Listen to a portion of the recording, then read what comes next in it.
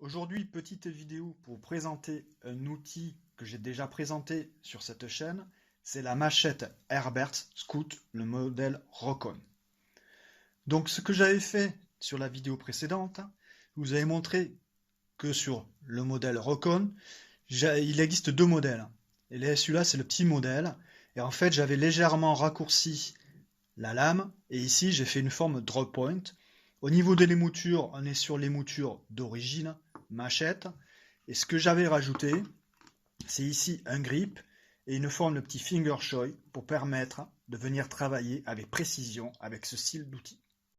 Donc avec cet outil, ce qui est intéressant, je répète, c'est ces 4 mm d'épaisseur de lame qui nous permet d'avoir un outil qui est quand même assez solide par rapport aux autres machettes qui sont de 3-5 mm d'épaisseur de lame, qui sont très légères. En fait, là, avec ces 4 mm, c'est convenable pour fabriquer un couteau avec ce style de machette. Donc, sur mon modèle précédent de customisation, j'avais laissé ici le manche d'origine, qui était un bois exotique, que j'avais simplement toxifié. Mais comme tout couteau de camp, si vous pratiquez les coupes à la volée, ou le bâtonnage ou autre, les rivets ont tendance à bouger. Du moins, les rivets d'origine ont bougé, et ça donnait un cloc-cloc en fait dans le manche. Donc, ce qui était assez gênant. Donc, j'ai viré le manche, j'avais un morceau de corne de cerf que j'ai ici percé de part en part. J'ai chauffé ma lame. Et ensuite, j'ai avec au contact de la chaleur de la lame, ici la corne fond et vous pouvez au fur et à mesure faire glisser votre lame dans le manche, dans la corne.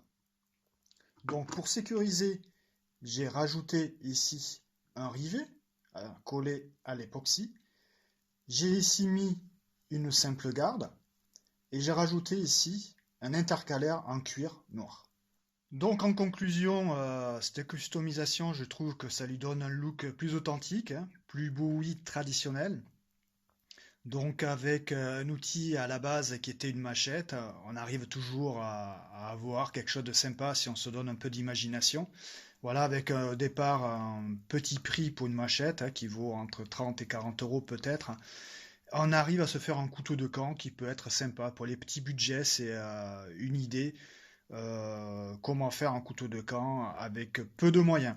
Au niveau de l'étui, donc c'est pareil, hein, c'est un étui fait avec de la récup, c'est du cuir de canapé, donc que j'ai ici doublé sur les épaisseurs, parce que les cuirs de canapé en général c'est du cuir qui fait 2 mm maximum, donc je redouble les épaisseurs, et ensuite je l'ai traité avec, je vais vous montrer, je l'ai ici, donc c'est une teinture exprès pour les cuirs.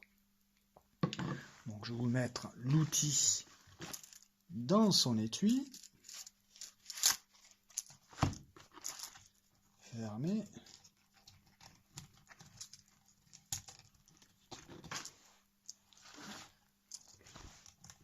Voilà. Donc voilà, son petit look sympa.